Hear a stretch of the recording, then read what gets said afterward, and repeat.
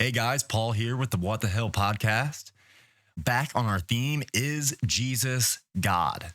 And today's subject is the life.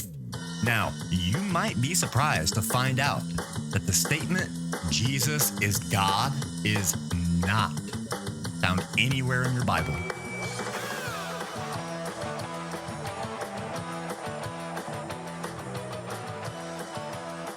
Now, you might think that if that's who Jesus was, that he would just come out and flatly, in plain old language, just say it. Just say, I am God. But he doesn't. He just doesn't. Why not? That's just not how Jesus operated. That's not how he taught. That's not how he communicated. And in today's episode and in episodes to come, we are going to look at many of the other ways that Jesus used to refer to himself. Ways that are not the typical ways that may come to mind when you think of Jesus, ways that are not the Christ, not Son of God, and not even what we've been studying the last couple of episodes, the Son of Man, but many ways that may indirectly or in other words be making the claim that Jesus is God. And I just want to point out really quickly, at this point in our conversation, I am not making the claim that Jesus is God. Not at this juncture in where we're at on our theme here. I'm not making that claim. And I'm not making that claim for one reason, because Jesus has not made that claim. Maybe we'll get to a point to where he makes that claim, or we will get to a point to where all these little pieces of the puzzle here and all these layers that we put together eventually form a full understanding of who Jesus was saying he was, and maybe that will be it. But until then, in our conversation, I'm not making that claim. And actually, I'm not making a claim of anything, nothing from my own personal views or opinions or beliefs. And that is actually a huge core aspect to this podcast. It's one of the main reasons why I'm doing what I'm doing. We need to come to the Bible with a blank slate. We need to remove personal and churchly and worldly opinions and views and beliefs. We need to remove traditions and all of this away from our minds and away from the Bible. And we need to allow the scriptures, and only the scriptures to form our view of whatever the authors of these books were trying to paint.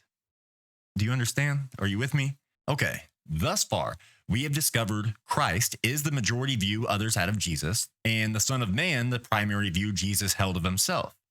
Still no direct claim to be God, but let's look at another way that Jesus chose to depict and refer to himself, and let's look at what it may mean. The life. Many times, Jesus refers to himself as the life. Let's look at a couple of these instances. The first one I'd like to look at is in the Gospel of John chapter 6, verse 35. And Jesus said to them, I am the bread of life. Whoever comes to me shall not hunger, and whoever believes in me shall never thirst. What is Jesus trying to say? What claim is he making by calling himself the life? You've heard me say it a couple of times, and you'll hear me say it a million more times.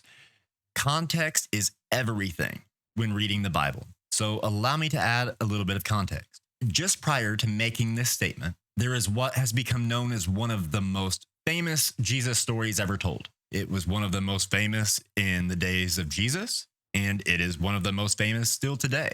This story has come to be known as Jesus feeds the multitudes, or the feeding of the 5,000. There are actually a lot more than 5,000 in attendance, though.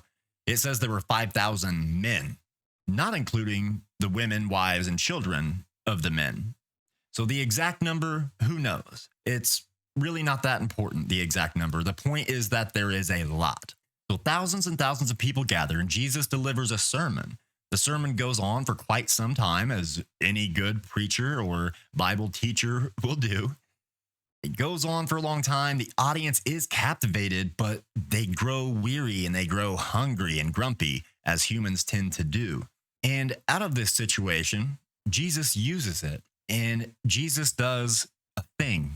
The disciples are searching for food, and they find one little boy who has 5 barley loaves and 2 fishes, it says. So 5 loaves of bread and 2 fish. I think it's important to point out that these fish would not have been some huge sport fish. It wasn't a gigantic monster tuna, not a big fish that could feed many on its own. These fish would have been little, sardine-sized fish, like 4 to 6 inches at the most, very thin, little fish. The disciples say to Jesus, "What are they for so many?" Saying, what's 5 loaves of bread and 2 fish gonna do? What 2 little sardines gonna do for all these thousands of people that are here? And Jesus does his thing, and he performs a miracle in front of thousands of witnesses. He tells the disciples to pass out the food, and as they do, the food just keeps coming and coming and coming and coming. And not just until everyone had ate, but it says until everyone had had their fill. They ate until they were full, and then there was food left over afterwards. So that happens. Jesus leaves the crowd, and he goes up a mountain to be by himself. And eventually from there, he goes on by himself across the sea and on to the next town that he's going to minister to people and spread the good news of the kingdom. And he goes on, and the people realize that Jesus is gone. They believe that he had went across. So they hop in the boat, they go across, they catch up with Jesus. They say, "Jesus, when did you come here?" And Jesus replies to them, "You are seeking me not because you saw miracles and signs, but because you had your fill of loaves." He's saying, because I fed you.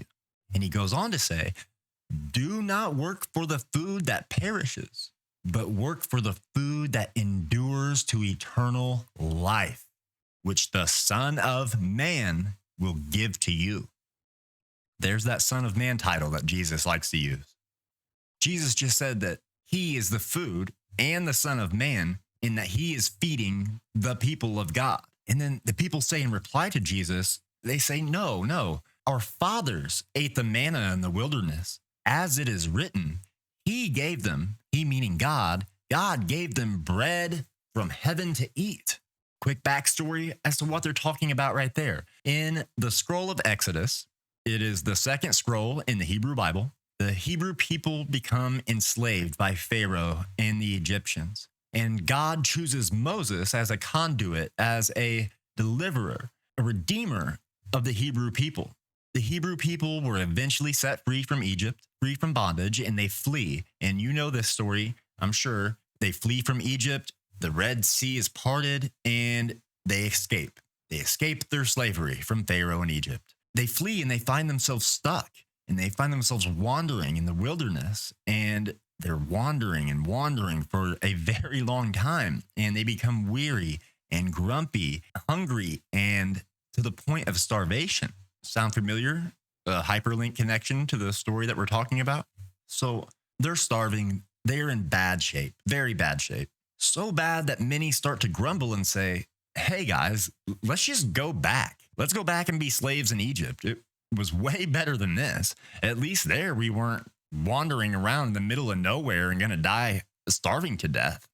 And then God does a thing. Miraculously, God made bread rain down from heaven, and they called it manna. And he does this for them every day, with the exception of the Sabbath, to sustain them on the rest of their journey.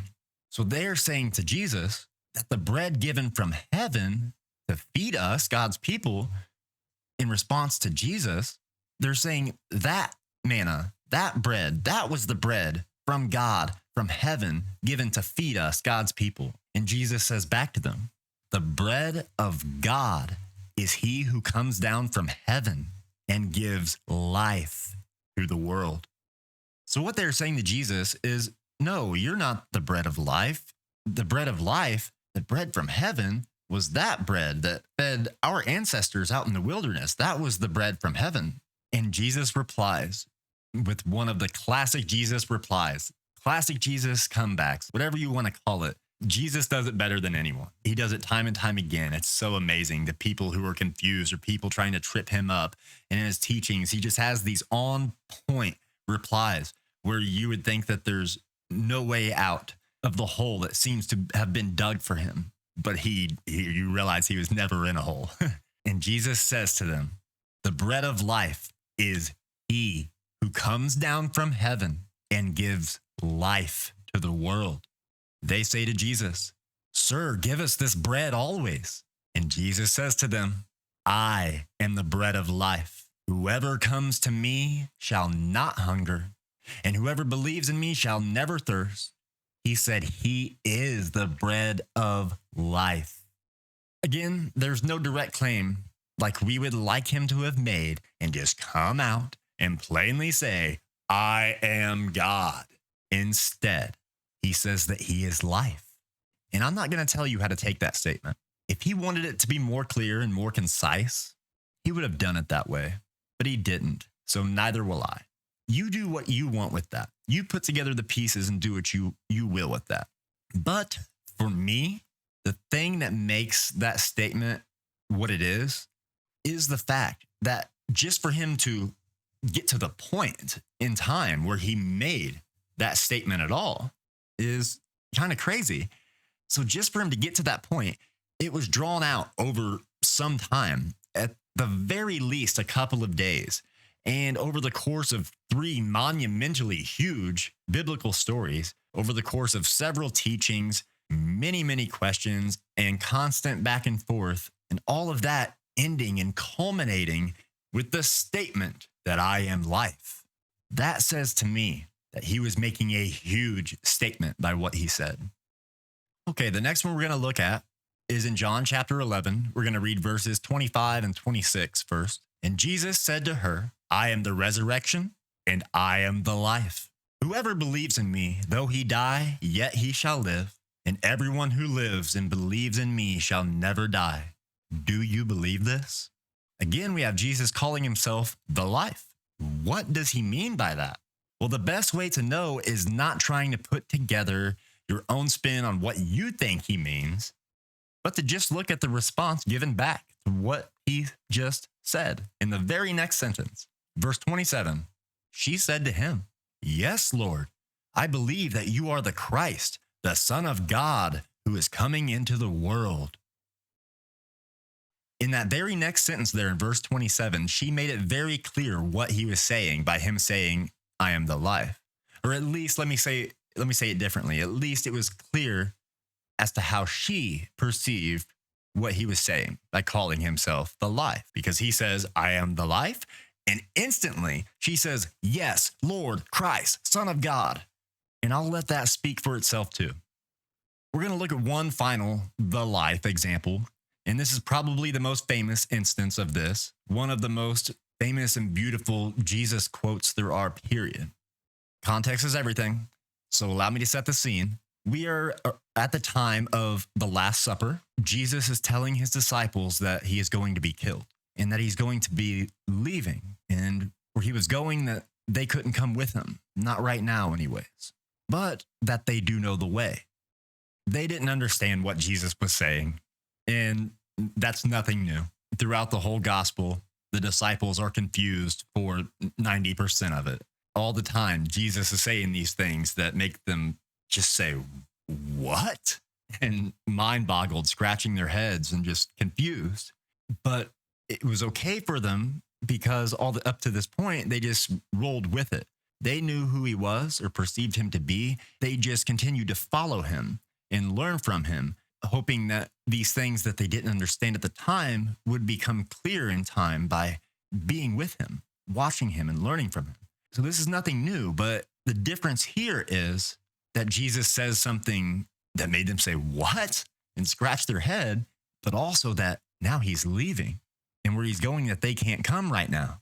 So now they're confused and afraid because they've been following this man day in and day out, everywhere, right by his side for 3.5 years.